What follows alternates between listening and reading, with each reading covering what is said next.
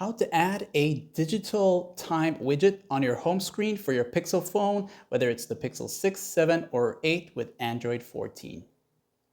To add this widget, just long press a blank area on your home screen like this here, and you're going to see the widgets option.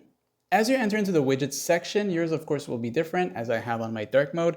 You will go down to where it says clock right here. These are all the Google clock widgets, and as you tap here, you want to go down until you see the different styles and you'll look for the digital one. As you long press it, you can hold it and drag it to where you want it to be.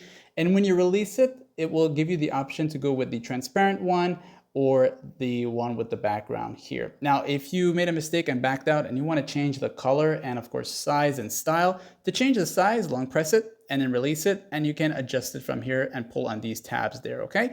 Now, the next thing you can also do is tap on the edit icon. That will allow you to go back here and switch between the solid or transparent. Now, you're probably wondering about the color. So the colors are kind of limited, but what you're gonna do is long press again and go to wallpaper and style.